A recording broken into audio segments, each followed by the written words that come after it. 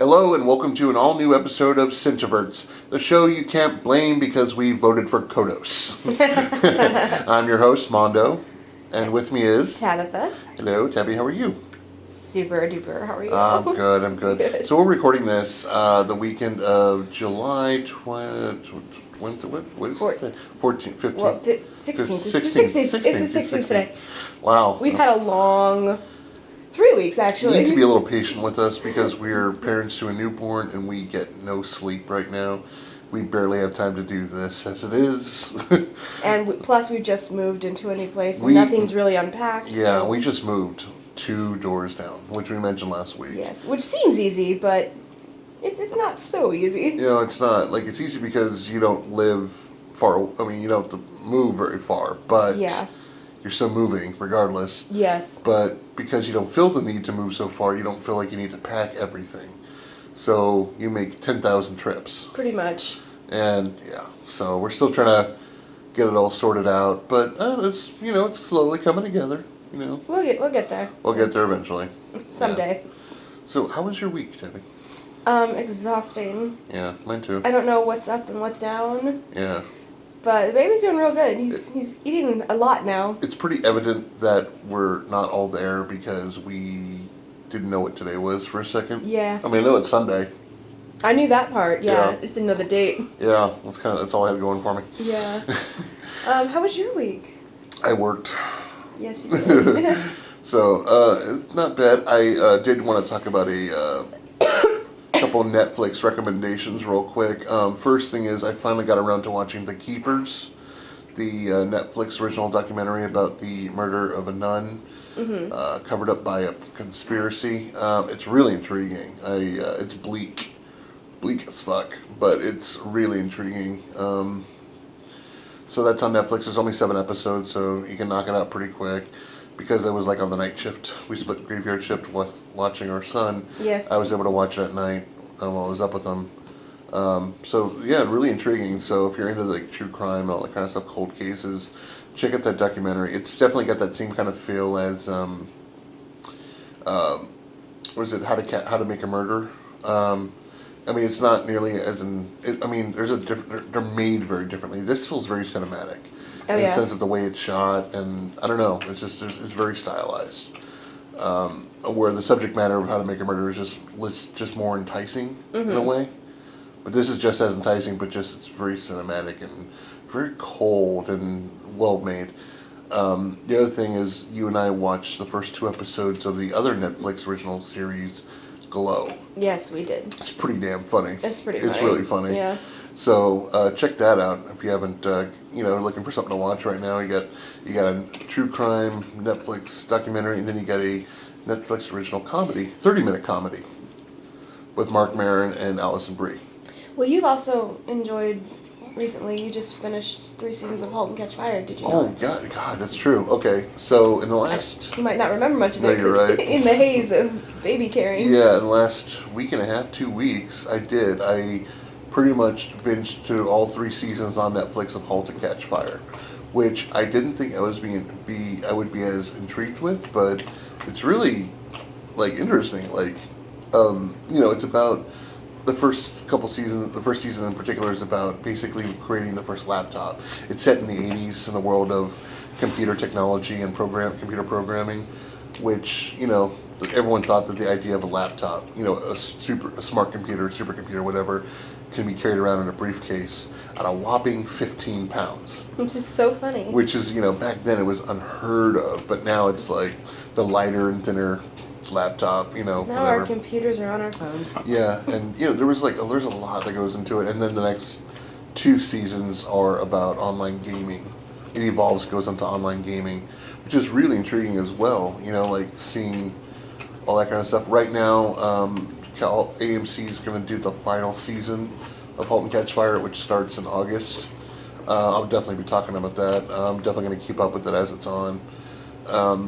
It actually, they ended this last season, spoiler alert, with the World Wide Web, like www.com. That's not a thing yet. Nice. The last season jumped forward to 1990. The end of last season jumped forward to 1990.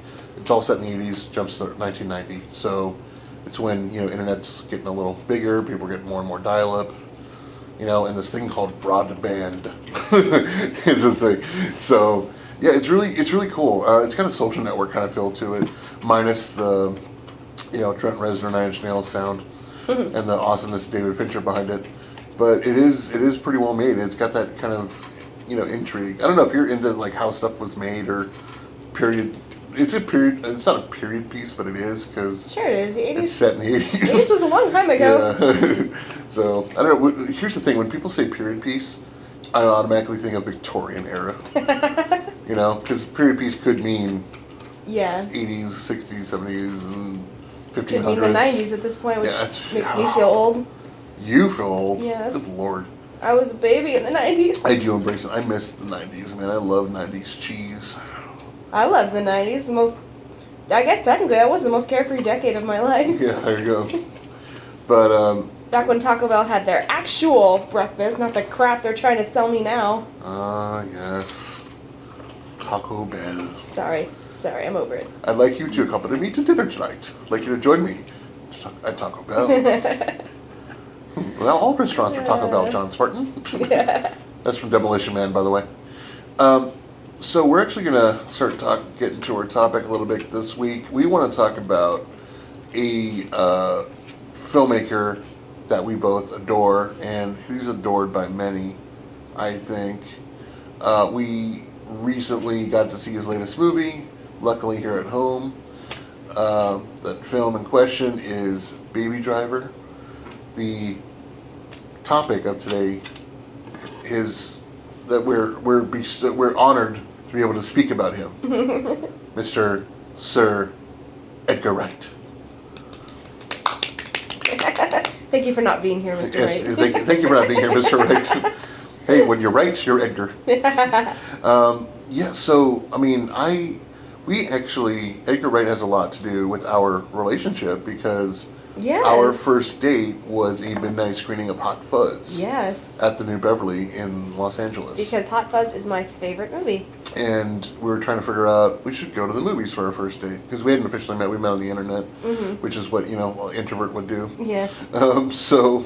I would have never had a date outside of high school if it weren't for the internet, so thanks, internet. Yeah. So, and I'm just, no, that's not true. I would have had one. I walked the fine line of introvert, extrovert, but it's just kind of like, I don't know. I was always working, and I don't want to date a coworker because that's just weird and uncomfortable. And so I just usually went to the internet to date OkCupid, really. Yeah. But, yeah, it's just, I don't know. We're talking about meeting for our first date, and I went to the New Beverly frequently as it was, and you'd never been. No, I hadn't. All right, and I told you about it. I'm like, hey, it's a movie theater Quentin Tarantino owns. You're like, that's cool. We should go. I'm like, yeah. Yes, that's exactly how I What to said go it. see? And we're trying to figure out. I'm like, hey, and I knew you liked Edgar Wright, and I too like Edgar. So I said, Hot Fuzz is going to play, and you're like, yeah. That was like super. I was just looking at you, hoping you were going to jump in and respond. I'm sorry. She's like, she's gone right now. I'm not gone. I just wasn't looking at you at that moment. She's on the pot. Well, yes, I am, but that's got nothing to do with it. I am not on pot. Yeah, okay. I'm not, dude. All right, dude. I do the harder stuff. Graduated from pot. Totally did a line of coke before this. No, but when he suggested that, I was very excited. You're like, oh my god, yeah. And the thing is, you're an old lady. You go to bed at 7 o'clock at night. Heck yeah, I do. And I was like, and I will not apologize for that. And I was like, the screen's at midnight. And you're like, oh, okay, yeah. Yeah, pretty much. Yeah, because it was at midnight. But I still went for it. You did. And but I did see Hot Fuzz in the theater when it came out originally. It was my senior year, I think, and my stepdad took me, and I loved it immediately. But the chance to see it on the big screen again, I'm like, yeah, absolutely. Yeah, I didn't. I saw it on video. I saw it on DVD. Mm. Yeah, so I was late to the party on that one. I did, however, see Shaun of the Dead in the theater. I did not see that one in the theater. Yeah, so we're going to go ahead and talk about just kind of break down our memories of his filmography. We do spotlight episodes like this one we're doing right now. We're talking about Edgar Wright. We did this with Kevin Smith. We did a director profile. We're not really going to get into trivia. We're just going to talk about our fond memories. Shoot the shit, so to speak, about whoever we're talking about. So Let's go ahead and start with let's start with Spaced. You're probably more familiar with that than I am. I watched a little bit of Spaced. I love Spaced. My friend Paul. It's only was definitely a fan. It's like one season, two seasons, but okay. 2 seasons. I think there's 14 episodes altogether. I think. I haven't watched it in a while. So for those that are unfamiliar with it, you could probably get the whole thing on DVD and Amazon for like $20 or something or less. You probably. can, but when I wanted to see it, you could not yet. Yeah. So I actually watched the whole series on YouTube. Someone had uploaded it to YouTube, and this is before I had a computer in my room. So I would come home from school and sit at the desktop in the living room with my headphones on and just watch Spaced for hours until my parents, wanted to socialize with me and stuff. And then after that, I actually bought the Region 2 discs because they play on my laptop. Nice. And because YouTube started taking down the episodes, and I wanted them. Yeah, isn't that crazy how stuff's on YouTube forever, and then suddenly when it gets popular, YouTube yanks it? Yeah, so I probably still have the Region 2 disc somewhere. Nice. And then finally... It's in a tub somewhere. Oh, yeah. I've seen it at your mom's house. And then finally, it came out on Region 1 in one set, though. It didn't break it up into Season 1 and 2. I think that's what my friend Paul has. Yeah. Actually, I think we borrowed it from someone, and I just never got around to watching it until way later. And then we never talked to this dude again. I'm like, Paul, do you want this? I think he'd appreciate it more than me. He's like, yeah. So Paul has it now. Spaced, if you're not familiar with it, it's... yeah, please, I was about to get into that, but go ahead, please. Yeah, this was a... Edgar Wright, I'm sure you all know, is partners with Simon Pegg and Nick Frost quite frequently. Yep. So this was a show, he didn't write Spaced, he just directed all of it. Simon Pegg wrote it with Jessica Hines, who's the other star of the show. It's about these two people... They both get into, like, breakup situations, sort of. Well, she's in a breakup. She's sort of in a long-term relationship, but she keeps cheating on her boyfriend, who's, like, not around. So they end up moving in together because this landlady advertises that she's only renting this place for couples. So they have to pretend to be a couple. And so it's about them... very bosom buddies. Yes, it's about them living together, their wacky landlady, their crazy artist neighbor, Brian, who's just an insane person, their landlady's never-seen daughter, Amber. You only see flashes of her. Simon Pegg's best friend, who's shockingly played by Nick Frost. And Jessica Hines' best friend, who... Oh, gosh, what is her name? I cannot remember her name. I can't remember the character's name. Anyway, it's about them. And it's a comedy. It's really, really funny. Lots of jokes in Shaun of the Dead and Hot Fuzz. Probably World's End. I haven't seen World's End in a while. Are borrowed from Space, like the bit in Shaun of the Dead where I wasn't having a tiff with my boyfriend. He's not my boyfriend. Thanks, babe. That's from Spaced. Yeah. There's a fantastic episode, it's one of my favorite episodes of any TV show ever, where Simon Pegg's character's name is Tim. He goes with Mike, who's played by Nick Frost, and they go to do paintballing. And Mike's character is, like, desperate to be in the military, but he can't go because of his eyes. He's got something wrong with his eyes, I can't remember what. So he's into it, like, super. He's like all in camo. He's got knives with him and everything. And it's just paintball in the woods. And Mike's like, yeah, I've seen combat before. He's like, really, I've seen where? combat before? Yeah, he's like, really, where? On the television. He's like, but you just said last time you were in this situation you weren't using a paintball gun. He's like, I wasn't. Well, what were you using? It was a big stick. It's a big stick. Oh, that is a great episode. If you don't watch any other episode, watch the paintball episode. Yeah, I should really, go revisit it, because I remember I, briefly viewed parts of it and stuff.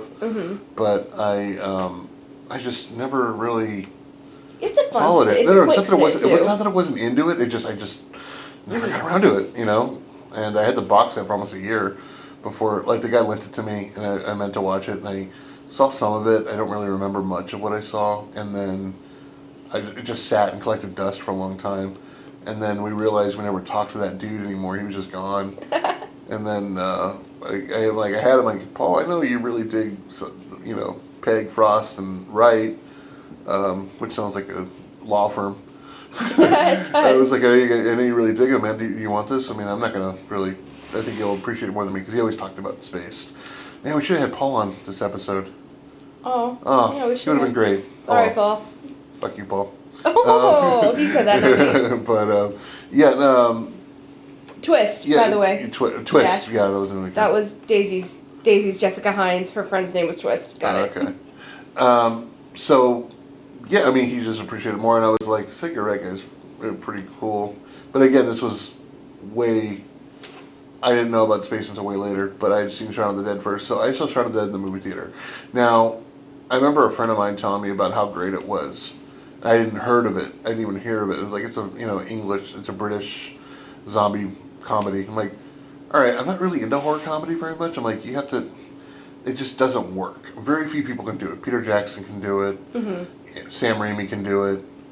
Adam Green is pretty on the nose with it for the most part.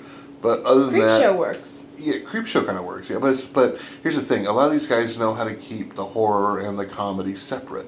Mm-hmm. And when it's too cheesy, it's just bad. And I think the problem is a lot of people try to make horror comedies by just making a bad movie. Yeah. Like they know it's purposely bad. The thing that made Evil Dead so great is the fact that it is not intentionally bad.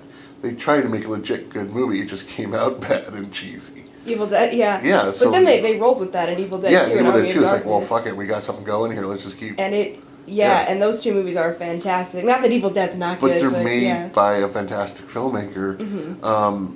Dead Alive is like gory and violent. Dead and Alive hilarious. And bad taste too. Yeah, like it's just they're done by talented filmmakers.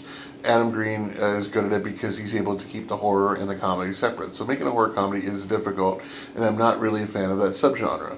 Edgar Wright, however, took the zombie genre and made it fucking hilarious. Like, because you've seen everything that needs to be done with the zombie, with The Walking Dead. You've seen all the Dead movies, like Night of the Living Dead, Dawn of the Dead, Day of the Dead. I am Land way of the Dead. zombied Like, out. it's just, there's so many zombie movies out there. 28 Days Later, like everything has been done with the zombie genre. There's not much left you can really do. Walking Dead is kind of like the end-all be-all at this point. I can't imagine. There are exceptions. I haven't seen this movie yet. There's I think it's a Korean or Japanese zombie movie that's now on Netflix, by the way, that I need to watch called Train to Busan, which apparently is awesome. I hear great things about it. Haven't seen it yet, but another movie called The Girl with All the Gifts, which is also on Amazon Prime, which I want to watch. There are exceptions to these movies that are pretty damn decent. Mm-hmm. Now, Shaun of the Dead is just a great fucking romantic comedy that just happens to be set with the zombie uprising. I never thought of it as a romantic comedy. But it yeah, is. Dude, it's totally a romantic comedy. I guess you're right. It's totally a rom-com. Yeah. But, like Zombieland. Like, horror comedies, I mean, especially with zombies, it's just like, they're not usually good. But Shaun of the Dead is, like, just epically hilarious. It's witty as fuck. I mean, there's so many great things about it. I avoided Shaun of the Dead for a while, actually. Really? 2 reasons. One, because based on the title, I thought it was a spoof movie, like scary movie. That was another reason I think I was like, why? How could a movie called Shaun of the Dead be any good? Right, that's what I thought. I'm like, well, that's stupid. This is just going to be a terrible parody that I don't want to watch. And second, my dad didn't like it. And really? I used to take his opinion more seriously than I do now. No offense, Dad. I thought you would take this movie. I still take his opinion seriously, but I used to, I guess, not have as much of a mind of my own when I was in high school. Vince, I thought we were cool, man. What's up? He told me he didn't like Shaun of the Dead, so I'm like, alright, whatever then. Wow. I didn't seek it out until after I saw Hot Fuzz and thought it was the greatest movie I'd ever seen. And yeah, I do love Shaun of the Dead. It's a great movie. Yeah. No, it is. And it's like, I don't know, there's so many witty things about it. I don't know. There are homages to like George Romero and Coming to Get You, Barbara. Yeah, We're Coming to Get You, Barbara. Oh my God, that's one of the best ones. Yes. Even the way what's his face dies at the end. Oh crap! I'm blanking on his name. You know the dude that is the one with the glasses. Oh, David. David. Okay. Mm-hmm. And he was also on Space, right? Isn't like most of the characters are on Space, if I remember correctly? I don't think he was. Okay. He might have been in a small part. The other roommate, Pete, he was on Spaced a couple of times. Okay. The Liz was actually supposed to be played by Jessica Hines, if I remember correctly, who was Daisy on Spaced. And then Kate Ashfield ends up. And I think she had to drop out. I can't remember why. She might have been pregnant, but I'm not sure. Anyway, but she has a cameo in it. She's with the other group that they walk past. That's her. They're doppelgangers almost? Yes, yeah. And isn't Kate Blanchett? Oh wait, no, that's Hot Fuzz. That's Hot Fuzz. We'll get to that later. Sorry. But they did get Bill Nye in Shaun of the Dead. That's pretty cool. They did. And I thought Yeah. that was great too. He's also on Hot Fuzz. Yes, he is. Yeah. No, I guess basically when David gets killed, they rip him apart. Basically, they stick their hands into his stomach and they basically rip his limbs apart. That is exactly how a character dies in Day of the Dead. Oh, really? Almost exact. And it's like really cool. It's like, okay, that's a huge nod. And then, I mean, I'm sure there are a lot of things that are like kind of like, oh, you know, that's similar to this. Yeah. Yeah, but pretty much, I mean, as a zombie movie, it gets some things right. It gets a lot of things right. You know, just, I don't know, like, first of all, the zombies aren't running. It could have easily been the modern take on the zombie, which is the zombies running and a little smarter than average. But no, they stuck with the classic traditional zombies, slow zombie, stiff, and, you know, I think one of the greatest things is when they try to, like, it's like, oh, let's blend in with them. And they start walking around like zombies, like, it was like, and okay. Liz tries to give them acting lessons first. Or not Liz, Di. Di does. It's so funny. All right, nice and loose. Now here we go. Moan. Mm-hmm. Yeah, that was great. I love that little bit before they have to go out and do that, when he's like, I'm gonna go and see if the coast is clear, and he walks up that little slide, and then he just walks back down in his face. Yeah. It's like, is it clear? No. Right. We're coming to get you, Barbara. This is probably one of the best. I think one of the best things is when he's they're trying to devise a plan on how to like rescue Sean's mom. Oh, and they coming up with all these scenarios. Yeah. Great. I like what the juke. I'm sorry, random question. I like what the jukebox is playing. It's like, kill the queen. What, the jukebox? Oh god. But no, there's that. Why is Queen still on? You know what moment pissed me off in that movie is when they're throwing records at him. It's like, this no. Sign of Times, no, definitely not. The Batman soundtrack, throw it. Fuck you guys. That would offend you. It's just like, why? Like, I love the part, and obviously this wouldn't work today because I don't know if anyone still has a camera like this. Mm-hmm. When the girl in the yard gets back up after she's been impaled, and you hear the twisting of the camera as he reloads it. Oh yeah, it's like wait, smile. I know, 2 seconds. So great. It's so funny, and then Sean just slaps the camera out of his hand. Why'd you have to go to Lucy's? I had to know she's right. Why? Because I love her. All right, gay. It's so fucking funny. I love the resolution. I love how everyone has just kind of learned to live with the zombies, and they're using them for cheap labor and game shows, dating. I know. I love. She's like, he's still my husband. I still love him. Like, you go to bed with it. You go to bed with it. Then he's got Ed. He's got Ed in the shed. In the shed. He's trying to bite him. Hey, Ed, stop it. Yeah. And they still play video games. That was great. So yeah, Shaun of the Dead's a great movie. I also like that one moment, like, you know, what we were talking about earlier when they're making plans, like, okay, take Pete's paw, go to Mom, steal with Philip. Sorry, Philip. I know. Sorry, Phil. And they just like kill him. But you know, the movie really does have heart in it too. It has some really sad moments, like when his stepdad dies, it's sad, and when his mother dies, it's sad. That's when his mom really dies, sad. it's really sad. Yeah, so it does have a really good, and you know what I love about it, and this is what I love about all Edgar Wright movies, is almost everything has a purpose. Everything pays off. Little things, like at the beginning when they're sitting there semi-playing that video game, the same dialogue comes up later when he has the gun at the end. He's like, reload, left, stuff like that. It's the same dialogue. And I love how much attention to detail are in Edgar Wright's movies. There's a lot going on in his films. I just feel like not a second of screen time is wasted in his movies. And I like the bit where Sean goes to the corner shop. I mean, one thing Coronado, you know, he goes down to the corner shop, and you know, there's that soccer player and everything. Everything's fine on a normal day. Then when the zombie thing happens, he walks by. Things are slightly off. He doesn't notice any of it. And then there's the dead soccer player still in the same spot, and then he walks in. There's like blood everywhere. He just stopped paying attention. He slips in it at one point. He slips in the blood. Yeah. Well, he almost slips in the blood, but just doesn't pay attention. But obviously in the background you see that it's blood's on the ground. It's pretty great. It is great how he just does not notice any of this at all. Really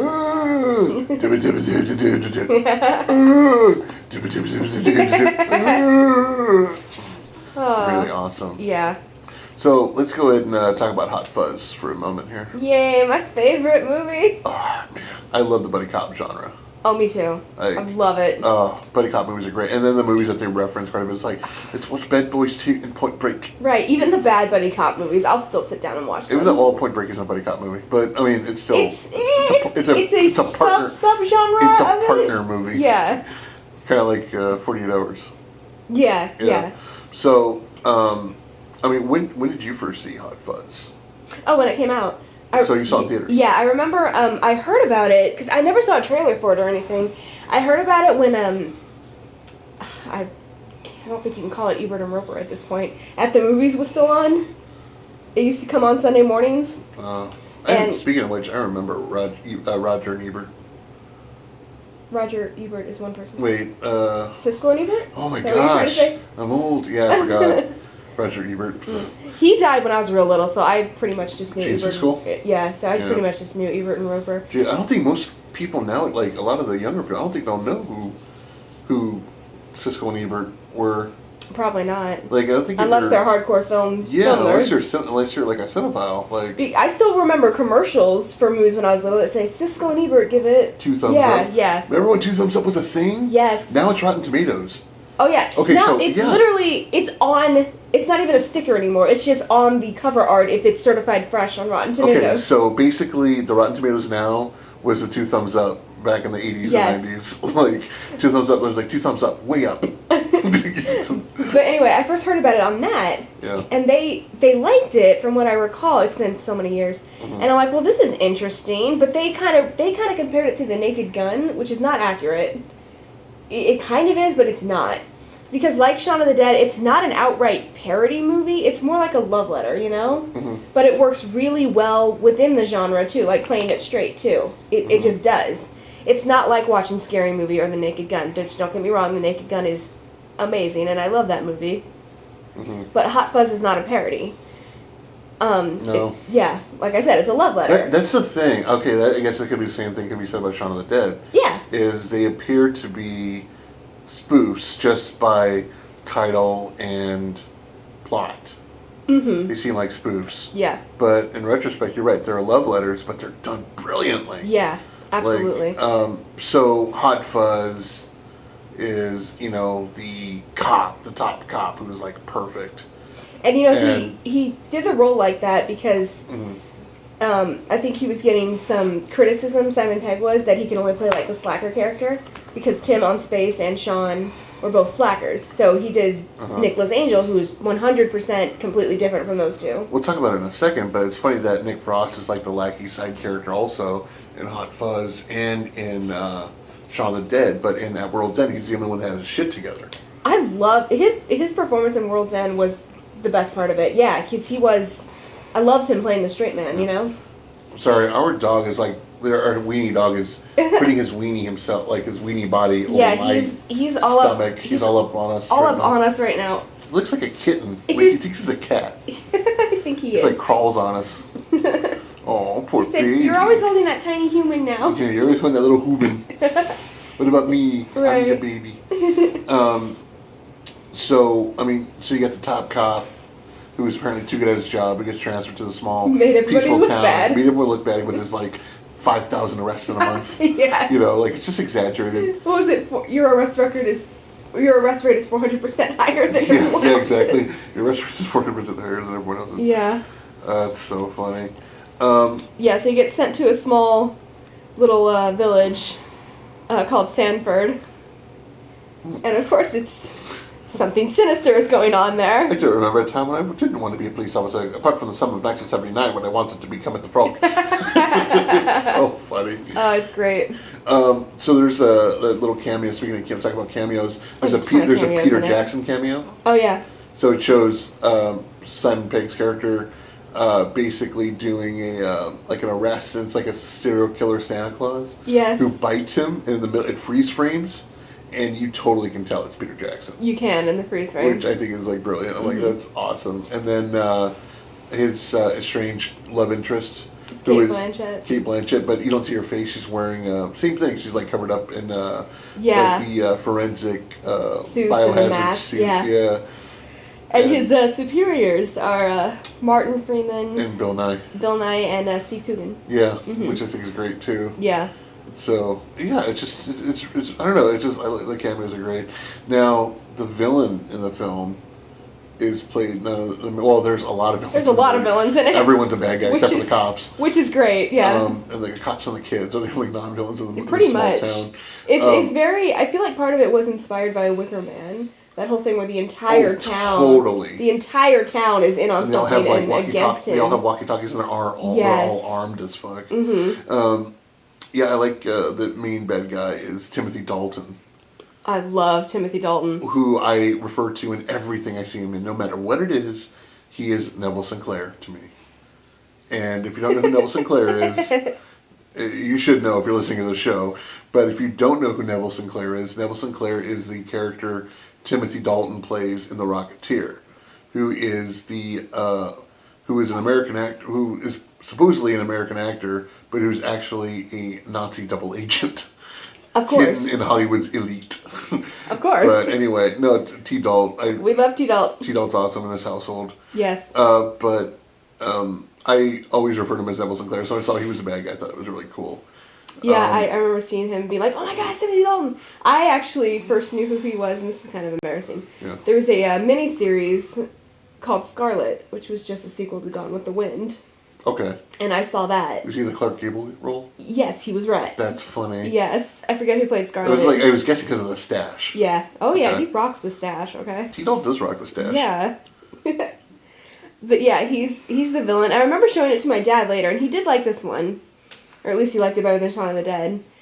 And we're watching it, and about halfway through the movie, he just goes, well, he can't be the bad guy. It's too obvious. And I'm like, well, you're kind of right, and you're kind of wrong. Yarp. Narp? Narp. So originally there was going to be a love interest in Hot Fuzz. Okay, really? And I cannot remember whose idea it was to cut it. But somebody just said, this is it's a buddy cop movie. We don't need that. Just cut it. And a lot of her lines were actually given to Danny, to Nick Frost's character. That's funny. Which is hilarious. It is. But you can easily see how the scene where they go back to his place and they're drunk, you can see how you could easily tweak that a little and make it between him and a girl, So, I mean, there are just so many great moments that Nick Frost, Danny character has. Oh yeah. When, I guess when he's at a Q&A for the kids, excuse me, is it true? It's part of a man's brain. If you shoot it, his head will explode. It will blow up. It will blow up. Yes. Have you ever fired 2 guns in the air once? Have you fired one gun whilst jumping through the air? Have you ever fired your gun up in the air and gone, ah? And then he gets to do that at the end. My all-time favorite exchange in this movie is probably, oi, when's your birthday? 22nd of February. What year? Every year. Get out. I love that too. There's a rhythm to it. Yeah, it was as much of that. My favorite was what year? Every year. It's so fucking funny.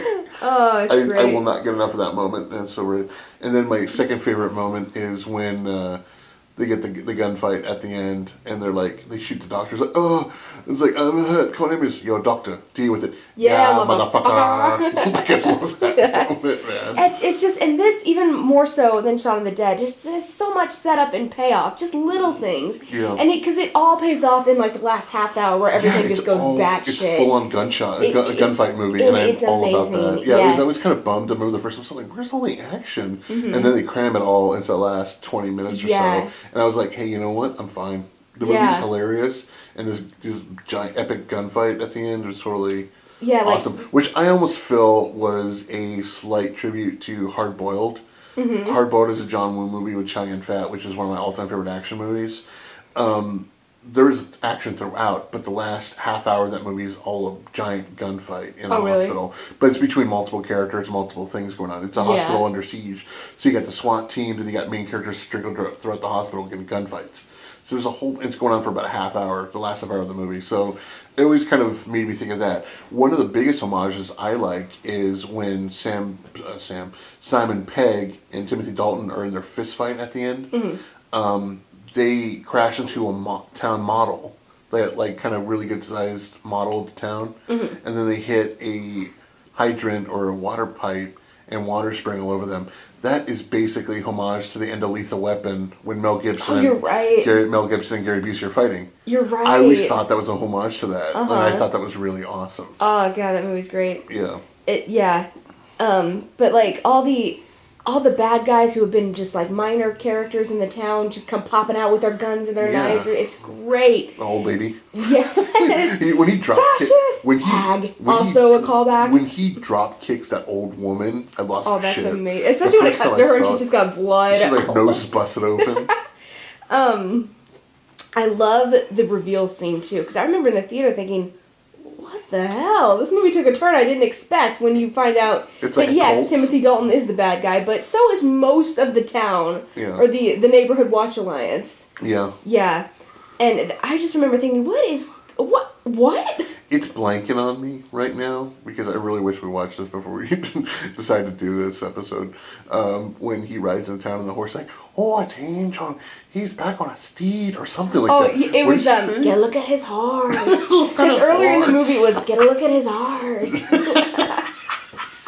But the reveal scene, I love it when they explain, because he had this elaborate theory about why all these people were getting killed. Yeah. And then when they explain it's the most mundane thing, and just the look of horror on his face is amazing. Yeah. Like, what was it? Well, he was simply an appalling actor.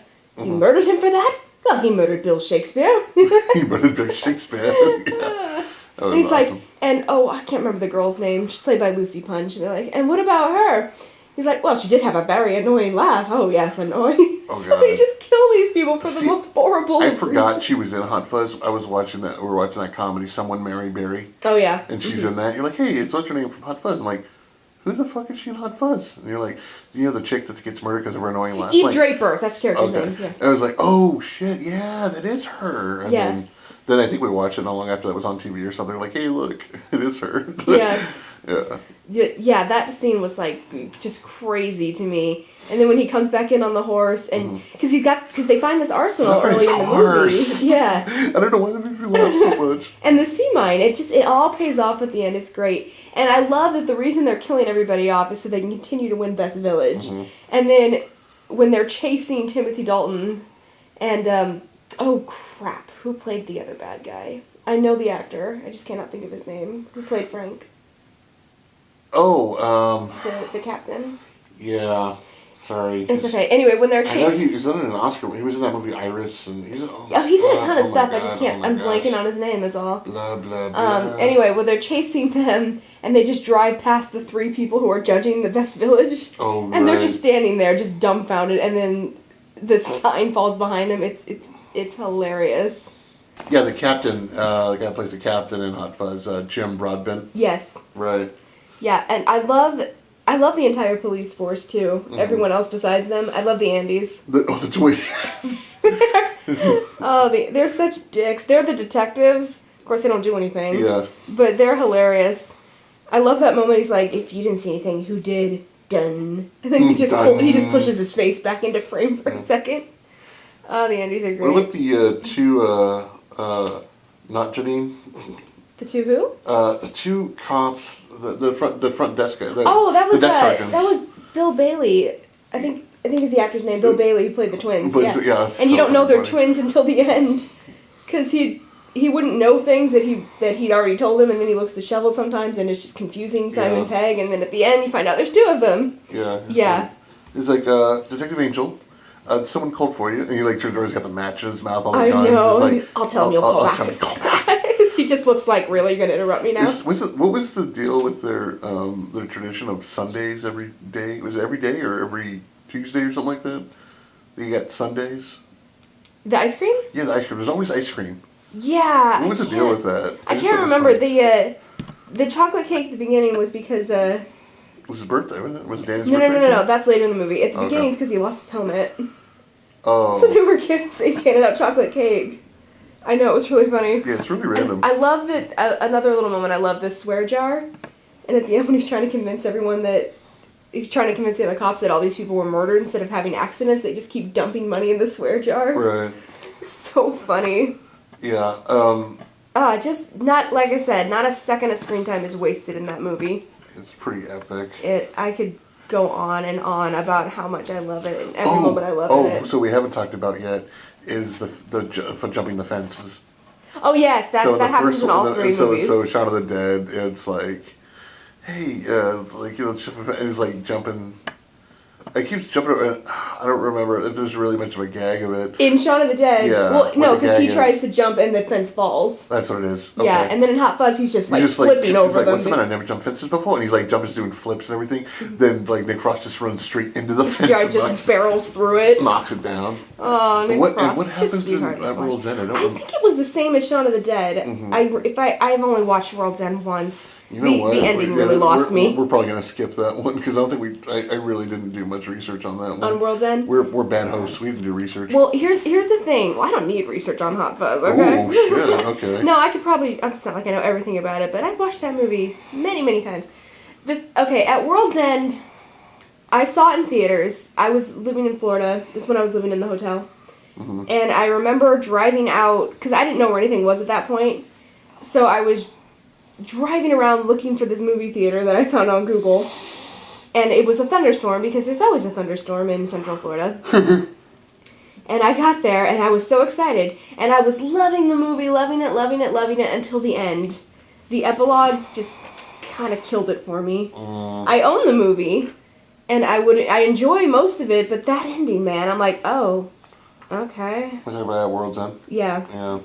But Nick Frost, absolutely best part of that movie. A lot of people feel like that At World's End might be his best movie or something. Oh, really? Or I don't know, I read an article like why At World's End is like the best in the Cornetto trilogy. I'm like, well, I don't. Well, that is incorrect. No. It's a good movie. Don't get me wrong. Yeah. It's cool. I kind of fell asleep towards part of it at the end because it was real late at night and friends were all drinking. We were watching it and I just kind of passed out towards the end. They all made fun of me like, oh, you fucking fell asleep. I'm like, oh, sorry, I'm tired. I work for a living. Oh, no, he didn't. No, they all work too, kind of. But kind of, like, not as hard as me. Yeah. Yeah, it was just kind of like, you know, I dug it. I thought it was really funny. It was really cool, but just, you know, not as strong as the other two. I think. Yeah, but like I said, I wasn't enjoying it because I do not think it sucks. No, please don't get me wrong. I was hearing that dialogue that I loved. I was seeing that editing, that Edgar Wright editing that I love. Yeah, and it's like out there with this, like, you know, with like the crazy villains and Hot Fuzz, the zombies of Shaun of the Dead. Nick Frost is fantastic. The really cool aliens and the blood that looked like blue ink. Like, yes. I don't know, it was just cool. There's a lot of great stuff in it. Yeah. Nick Frost has his shit together in the movie. Yeah, he's great. When he kicks ass, so he uses those bar stools like boxing gloves. Yeah, I fucking hate this town. Yeah, I thought that was awesome. Rosamund Pike, pre-Gone Girl, was in it. Oh no shit. Yeah, she was the girl. Mm-hmm. Then she decided to marry Ben Affleck and destroy his life. Pretty much. Well, he deserved it. Yeah. But I mean, I don't know. I mean, we probably should have watched At World's End a little more before, or watch it, refresher course, because we have it here. Yes, we do. I can see it from here. Yeah, but just, I don't know. I guess this was kind of a last minute thing. It kind of was. We're like, what should we talk about this weekend? We were stuck between topics. Yeah. I don't know. But again, this isn't a show known for its trivia. We're just talking about our love of these movies. Yes. So, see, we're trying to find ourselves, guys. Mm-hmm. So you 5 listeners, we're basically trying to, like, you know, find out who we are as podcasters. Yes. And we're not the trivia-heavy type podcast. You want movie trivia? Listen to Boys and Ghouls podcast with my friend Catherine. I mean, they kick ass. They do a lot of research. They're extremely trivia-heavy. Yeah, I really like that podcast. I love them. Those guys are brilliant. But that's them. That's their forte, man. They're rock. Mm-hmm. We just like to shoot the shit. Yeah. We you know, if we could throw in a little bit of trivia. Cool. We will. We will. Yeah. So, to move on here, since we're running low on time, At World's End, we'll kind of skip over that one a little, just because it's our least favorite of his films. And, yeah. I mean, it's not that we don't like it. Please don't get us wrong. It's not that we don't like it. It's just not as strong as the other two. But nothing could live up to Hot Fuzz, so I can't totally fault him. I want to talk about Scott Pilgrim, because I love Scott Pilgrim. I thought that movie was just fucking beyond brilliant. Yes. Like, it's a shame that it kind of flopped. Oh, yeah. But that it really is sucks. Definitely a cult classic. Like, it is by far one of the most witty. It's like it's so witty and embraces geek culture so well. It's just And it's so good. fluid. It's always moving. There's always something happening in a frame, you know? Yeah, it's a wicked great editing style to it, and like Edgar Wright was so adamant about all the actors just being able to do all their own fight scenes. So yeah, they all train like Ramona Flowers, Scott Pilgrim, all the ex-boyfriends. They all trained like a lot in martial arts and fitness and everything. They all got in shape like hardcore. So they do a lot of their own fighting, do a lot of their own stunts. So you know. I don't even know where to begin with Scott Pilgrim. It's just such a fun movie. So funny. All the characters are memorable, you know?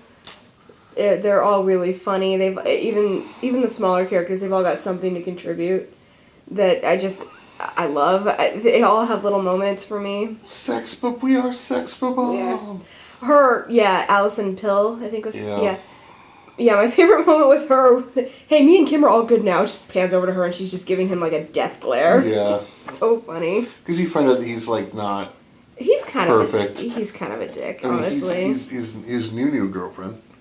Right, Knives he Chow. doesn't break up with Knives before going out with Ramona. Yeah. Really doesn't treat Knives well at all. Yeah. I think I would imagine your favorite character is Wallace, played by Kieran Culkin. I do like Wallace. He's fucking hilarious. Yeah. Honestly, surprisingly, because I don't like her on Parks and Recs, Aubrey Plaza is my favorite character. I love Aubrey Plaza. Scott, what the bleep are you doing? Like how every customer is bleeped out. My favorite moment. Genius. I can't bleeping believe you asked out Ramona after I specifically told you not to bleeping do that. Yeah, then like her, I like how the manga look of a character, her eyes at one point, or a character. I think it's genius. Oh yeah. And it's funny how Anna Kendrick is like such a big deal, but she's like in the movie for like 5 seconds. Oh, she's a really small part, yeah. Yeah, she's really funny though. Yeah, as his sister. Yeah. Yeah, that's a great movie. But no, Wallace is hilarious. You got Chris Evans as one of the 7 evil exes. Dude, Chris Evans was the best. Like it was like it's actually hilarious. That's actually hilarious. That's really great. Who's your favorite ex? My favorite ex? Would you say Chris? It might be Chris Evans, yeah. That was pretty great. I'm trying to remember all of them. I really like Brandon Routh. Oh, the vegan, yes, vegan, absolutely. Like, he's just like, he's like, so by Monday you'll be dust. You'll be dust for the clean lady. The clean lady, she dusts. That's really great. Or what was she like? You're incorrigible. I don't even know what that word means. I don't even know what the word means. No, like when they're what do you call it? When he's about to like finish him off, the vegan police show up. It's Thomas Jane, and I think it's Cliff Martinez. Oh, what's his name? Is it Cliff Martinez? I don't know. Okay. I'm not sure. Well, they show up and they like use their fingers. They're pointing at like his guns. Like he's like you violated vegan code. Blah blah. So we're talking about it's like you drank milk or something like that. It's like milk's not vegan or something like that. You put milk in your coffee. Like it's not vegan, and then like you're losing your powers. And he took his like highlights go away and everything. He's just human again. It's so stupid. Yeah, Brie Larson is in that movie. Pre-fame. You're right. Pre-Oscar, Brie Larson, yeah. She's the Scott's ex. Yeah, Envy. Yeah. Yeah, the Brandon Routh's girlfriend. And yeah, the one who, that's really cool. I like Mae Whitman in it too. Mae Whitman is the one girl. Her G-spot is like behind her knee. Yeah. Yeah. Yeah. I'm a little bi-furious. Yeah. She's great. You just punched me in the tit. It's so awesome. Or what was that? What? You punched the highlights out of her hair. Oh, when yeah. He just knocks Knives out, poor thing. He knocks the highlights out of her hair. Yes. Oh, gosh. So there were alternate endings for the movie. Yeah, there was one where he did end up with Knives. Yeah, which I think is dumb. That would have defeated the whole purpose of the movie, I felt. Yeah, and I wouldn't have felt genuine to me because he didn't care about Knives, you know? Yeah. I mean, he learned to be sorry for the way he treated her at the end, but he obviously didn't have feelings for her like that. Mm-hmm. So I thought the ending worked. I thought it was fine. I think, like he went after Ramona. He was supposed to get Ramona. I think that works. Yeah. You know? I like how every villain, when they're defeated, they turn into coins. I know. I love the first one when coins! Yeah. He's like, not even enough for the bus fare. Yeah, I know. I don't know. There's so many brilliant things about that movie. So it's based on a manga, right? Yeah. which I have not read. Right, and then yeah. So there are 3 writers. There's Michael Bacall, and then Edgar Wright wrote it, and then he wrote with the graphic novels written by Brian Lee O'Malley, and who I did go to a Q&A with all 3 of them after a screening, and they talk in great length about it because apparently they started working on the movie before the comic was finished. I did hear that, yeah. So I think Brian Lee kept on going to them and like, hey guys, here's what's going on with this, and this. So it's kind of like they were completing the movie as the comics were being, or writing the movie as the comics were being completed, or they were filming. I don't know, forget what would happen, but I'm pretty sure they were developing it before the comics were all out. So it was kind of like simultaneously happening. Yeah. Yeah, Scott Pilgrim, visually, it's hilarious too. You know, there's so many. I love all the references to video games in it, and all the little, just the random little effects they throw in. Like, just little things. Like when they're on the bus at one point, and they're driving past and the street lamps are kind of blurred out, but they look like, they're like heart-shaped. Just little stuff like that I love. I don't think my dad was into that movie. I showed it to him, I don't think he laughed once. But I showed it to Mike, and he thought it was hilarious. So, different strokes, I guess. But I just thought it was so different than most comedies, you know? And that's what I loved about it. That's what I love about Edgar Wright's films in general. That's right, Scott, you gotta step up your game. Bring out the L word. Lesbian? The other L word. Lesbians? So fucking funny. It is. I mean, it's just, I don't know. It's in a day and age where so many films nowadays are coming out that are not original and just, don't have original ideas. I mean, right now we're in the age of comic book movies where this is technically a comic book movie. Yeah. But, it's done so well. It's an original type story. Yeah. You know? And here's the thing. I think Scott Pilgrim, as good as it is, was ahead of its time. Yeah. Just like Unbreakable, I feel was ahead of its time. I feel if they were to come out now, they'd be appreciated so much more. Like Unbreakable is definitely a comic book movie. It's the most comic book movie you can get without being based on a comic. You know, so pretty brilliant in that aspect. And it was a minor hit back then. I think now, because comic book culture is like such a big deal. Yeah. I think now it would be so wholly embraced. This, because video games and comics and pop culture, geek culture, or geekdom, it's just so, I don't know, it's such a thing now. Yeah. I think the movie Scott Pilgrim would be even bigger if it had come out now than it would have when it did come out, like, a few years ago. Yeah. So, I don't know, man. There's a million things. We should probably do a whole breakdown of Scott Pilgrim because there's a million things you can talk about that movie. It sucks that Edgar Wright's next film would have been Ant-Man. Yeah. And it didn't happen. Like, it blows because I was looking forward to that. Who knows what could have happened, Jules? You get away from that, down, baby. Get down. Sorry. Sorry about that. Sorry about that. He was getting on the couch, getting close to the bassinet, watching our napping child. Yes. I was hoping he was going to jump into the bassinet and try to cuddle with him. Oh God, no. Not yet. He's too small. Too small. Maybe in a few months. Yeah. Maybe you can cuddle then. You're going to become best friends. But yeah, there's rumors now of Edgar Wright talking about taking over the Flash. Which I'm totally down for. Yeah, totally. Yeah. I would be the first in line for Flash tickets. I don't think it's going to happen, but it would be great if it did. It would be great. Absolutely. So just the other night, or just yesterday, we watched Baby Driver. His newest effort. His latest film, and oh man, it's good. It's really good. It's good. It's got that feel, like the soundtrack is very heavy in the movie because the main character constantly listening to his iPod. Pretty much like 90% of the movie's got earbuds in. Yeah. Apparently, I read this online. It's fact. James Gunn and Edgar Wright were constantly texting each other because they're both making their movies around the same time. Oh, really? To make sure their soundtracks weren't going to overlap. That's funny.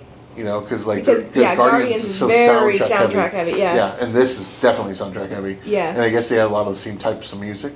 Yeah. So they wanted to make sure they didn't, overstep each other's bounds. Oh, that's really cool. You know, which I think is awesome. Yeah. So Baby Driver is a great. I'm a big fan of high crime thrillers and heist films. Mm-hmm. This is a heist movie. Yeah. There's just no other way to put it. It's a heist movie, and there is comedy in it, but it's more dramatic than than any of his other movies. Yeah, absolutely. All his movies are slightly fantastical, even like Yeah. How the comedies are. I noticed he didn't. Yeah, sorry. Go ahead. I would say they're all like bubbly comedies. Yeah. Even if they can get violent. Mm-hmm. Like even Hot Fuzz, for as violent as that movie gets, it's hilariously witty and oh my God. comical. When the steeple thing falls on that guy's head and just crushes his head. Wow.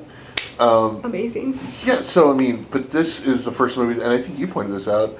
I think we think Baby Driver is the first movie that Edgar Wright wrote by himself. Yeah, because he co-wrote the Cornetto trilogy with Simon Pegg, co-wrote Scott Pilgrim with 2 other people. Yeah, he did co-write. He didn't direct this, obviously. The Adventures of Tintin that came out a few years ago. Yeah, he co-wrote that with Stephen Moffat of all people and Joe Cornish, but Spielberg directed that one. Mm-hmm. So yeah, we think this is his first.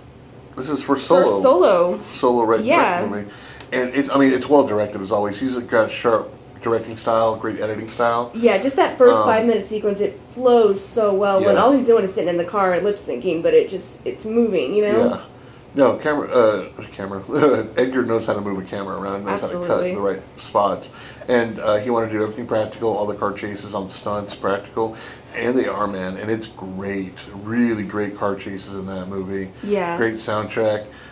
His casting choices were really great, too. Kevin Spacey playing like a crime lord that Baby works for.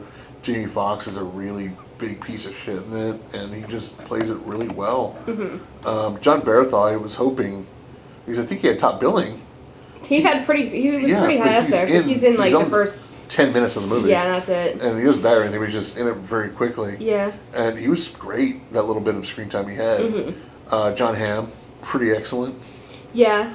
It's a great movie, man. It's just a really good heist movie, and I'm glad to see he's not doing the same thing over and over again. Because he could easily, watching, Hot Fuzz and Shaun of the Dead, it's like, well, it's the same thing, just different genres. Mm-hmm. Or love letters to different genres. This, in its own way, is a love letter to the heist film. Like, he talked about how much he liked French Connection for the car chases and Point Break for the running chases and the action, and Reservoir Dogs for the heist aspect.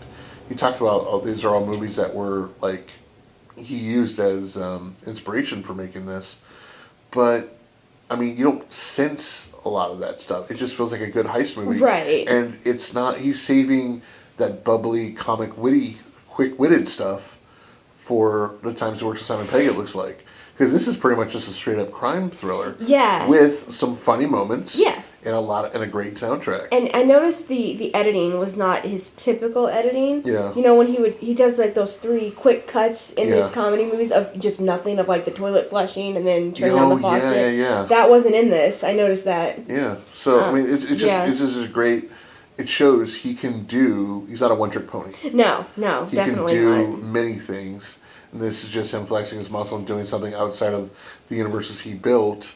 And then Scott Pilgrim, as great, as well made as it was, it's also based on a manga comic, and he made that comic come to life. Yeah. So this is different, and it works well. I'm glad this is making money, too, because, 1, I want him to be successful, and 2, this was kind of a mid-budget movie. And you really don't see those much anymore. Yeah. It's either tiny budget or huge. It's made for $5 million or $100 million. Plus, yes, and there is no in between. Mm-hmm. I guess, yeah. So this was, I want to say this was $30 or $50 million budget. Mm-hmm. But it's nice to see a mid-budget movie again, Yeah. And have it make a profit. And again, I love all the superhero movies, I do. But it is nice to see that this is an original story. Mm-hmm. And have it be successful, because so many things that come out now are based on pre-existing properties. We've all seen a movie with a heavy that was very soundtrack heavy about a heist driver a few years ago with Ryan Gosling called Drive. I didn't see that. So we've seen this movie before. We've seen this setup before, where a getaway driver listens to nothing but music while he's driving all over the place. Is an amazing getaway driver, and falls in love with this random girl who's got nothing to do with this crime life. He ends up having to save her life, and she gets caught in the middle of it. We've seen this before a few times, but specifically, it's very close to Drive, but it's better. It's stylized. I mean, not saying Drive wasn't stylized, because there are a lot of people that like Nicholas Refn Winding, whatever his name is. But this is just much more it's enjoyable, and it's watchable, and it's witty, it's fun. It gets dark. Like I said, this isn't as light as his other films. This gets pretty serious in moments. Mm-hmm. And it's really good. So, yeah. Yeah, I can't wait to see what he does next. What next? I think he's working Drive. He's working with Simon Pegg on something else now. I heard that. That should be cool. Yeah, which I'm down for. I'm down for that. I'm just looking forward to his next solo outing, because this is what he does on his own without help from Simon. I can't wait to see what he does next. Yeah, definitely. So, and I would like to see him do The Flash too. I mean, if that were to happen, I would. I think he'd be great at that. Yeah, it's like I said, it's a shame Ant-Man didn't. I know. As it was, Ant-Man was perfectly serviceable. Yeah. But it wasn't. I Just, think you it can't would have imagine been great. how much greater it could have been. If they'd have let him do it and do it the way he wanted to do it, But I loved Ant-Man. It's cool. I didn't love it. I liked it. It was fine. fine. It's really fun. So before we close off this week's episode, I would like to tell my story of a quick story, an anecdote of my years or my nights working at Universal Studios in Los Angeles, Halloween Horror Nights. For about 3 years, I was this character, and I worked in the Terror Tram aspect. So if you ever went to Horror Nights, you can ride Terror Tram, which is you take the tram to the back lot, get out, and they let you walk through the Bates Motel through a couple of the sets. Then you get back on the tram again and go back to the park. Now, Terror Tram is basically, you're walking through the sets of Bates Motel and a few other things, and there are zombies everywhere. It's been The Walking Dead the last several years. Mm-hmm. Before, it's been different things, but last several years it's been Walking Dead every year. So I think they finally changed it up last year. I think it was Purge. But anyway, 1 year, the last time I did it, I was a walker. I was a zombie, and full prosthetic makeup and everything. Now, I was stationed around the Bates Motel, so there's a good shot. If you went, I probably scared the shit out of you at some point. Now, what's great about this is we get a metric ton of celebrities that walk through. Nice. So, I'll give you a great example. Neil Patrick Harris and his husband were on a VIP tour. They stopped everything. Neil Patrick Harris, his husband, a few other people, small group, maybe about 5 people all together, walked through without anyone in front of them or anyone behind them. Nice. So it was like a VIP scare zone, which was fun. Now, the guy that played Ham from Sandlot also came through. I scared him real good one time. So that was really fun. James Franco, I remember scaring the shit out of one night too. Good. That was fun. One night, in a big group of VIPs, almost in traffic with the general population of people that are just walking through. There's a group of VIPs because they had a bunch of security in front of them and behind them. Mm-hmm. There was a group of people. I just happened to wander up to them as a zombie and started growling at them and everything, slobbering. And of course, there's this English guy with a beard around my height that's just looking at me. I was like, holy fuck! In my mind, it's Edgar Wright. Nice. Did I ever tell you the story? I don't think so. Okay, so Edgar Wright was right in front of me. And so I decided to stumble along next to him for a moment. Like, he's like, hi there, mate. Blah, blah. I'm like, sorry, Sean. he's like, sorry, Sean. He started laughing, and he kept walking. That's awesome. And that was great. So that was my moment with Edgar Wright. Oh, that's amazing. So that was fun. So, but, any closing thoughts on Mr. Wright? I think he's great. As a comic director, I think, a comedic director, I should say, I think he's one of the more unique ones. Oh my gosh, working I'm today. sorry, hate to cut you off. Sorry. I just forgot one more thing we haven't talked about real quick. The trailer for Don't. Oh, Don't, in Grindhouse. If you saw Grindhouse in the theater. I just remembered that right now, sorry. Don't. If you were thinking of going into this house. Don't. Yes. If you are thinking of seeing this movie alone. Don't. Yeah. Yeah. Yeah, we love Sorry. Don't. Don't was my favorite of the fake trailers. It's a brilliant trailer. Yeah. And it's funny. It's like they took everything from like English horror films or like Hammer films. Yeah. They threw it all into one because you have no idea what Don't is about. Right. There are cannibals, there are killers, there are demon babies, Right. and, like man babies, and I don't know, all kinds of children of the corn type characters. Yeah. There's everything in that movie. They put everything in the kitchen sink into that. It was fucking brilliant. Yeah. But no, I think Edgar Wright is great. I think he's very talented, very creative, and I want to see him work more. Yeah. Absolutely. Definitely. I just want to share one last thing that I loved about him. There's a great, it's probably on YouTube, but there is a great mini documentary on the DVD for Land of the Dead. Mm-hmm. It's called When Sean Met George. Oh, yeah. So it's a little documentary about Edgar Wright and Simon Pegg flying to Canada where George Romero was shooting Land of the Dead. Oh, that's cool. And they go and it shows them, they're like waiting around, and then they meet George Romero, talk about how awesome he is. So basically they arrange to have cameos in the movie.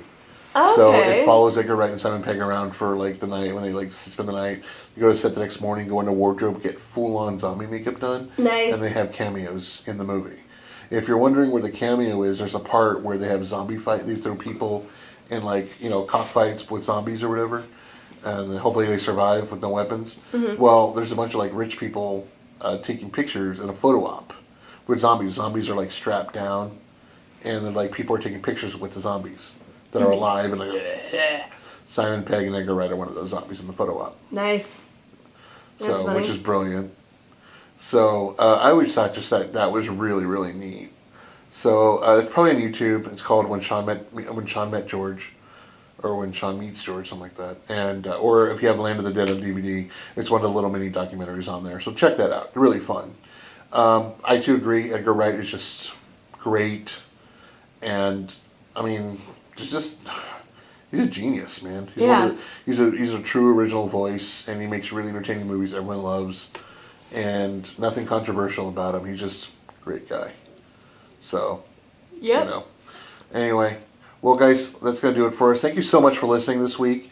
Please keep listening. Any questions, comments, you want to talk about Edgar Wright a little bit with us, share on our Cinetroverts page. We'll talk about it next week.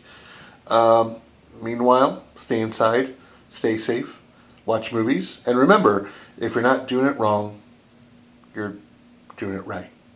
You're doing it, Edgar. You're doing it, Edgar. Well, when you're right, you're Edgar. All right, guys. See you next week. Thanks so much. Bye.